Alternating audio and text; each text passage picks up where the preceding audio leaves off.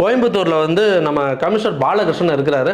அவர் தான் இந்த விஷயத்தை வந்து எல்லா இடங்கள்லையும் போஸ்ட் ஓட்டியிருக்காரு. நம்ம வந்து இமீடியட்டாக நம்ம மூளை உடனே வேலை செஞ்சுது. அந்த நம்பருக்கு வந்து கால் பண்ண உடனே சொன்னால் நம்ப மாட்டீங்க, 2வது ரிங்லேயே எடுத்தாங்க.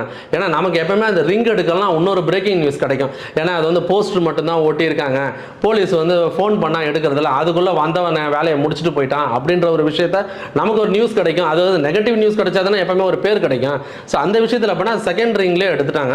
ஸோ அவர்கிட்ட வந்து இதை பற்றி விசாரிக்கும் போது ஃபோன் எடுத்தோன்னா அந்த எஸ்ஐ கிட்ட விசாரித்தோம். இந்த மாதிரி என்ன மாதிரியான விஷயங்கள்லாம் மேற்கொண்டு வரீங்க, என்ன மாதிரியான விஷயங்களை வந்து நீங்கள் வந்து டேரெக்டாக இப்போ மூவ் பண்ணுறீங்க, எவ்வளோ நேரம் ஆகுதுன்னு கேட்டோம். ஸோ அந்த கான்வர்சேஷன் இப்போ கேளுங்களேன். சிட்டி ஃபுல்லாக இந்த மாதிரி பண்ணிட்டு இருக்கோம் சார். சிட்டி ஃபுல்லாக இதில் எங்களுடைய personal number, inspector number, station number எல்லா நம்பருமே கொடுத்துருவோம் சார்.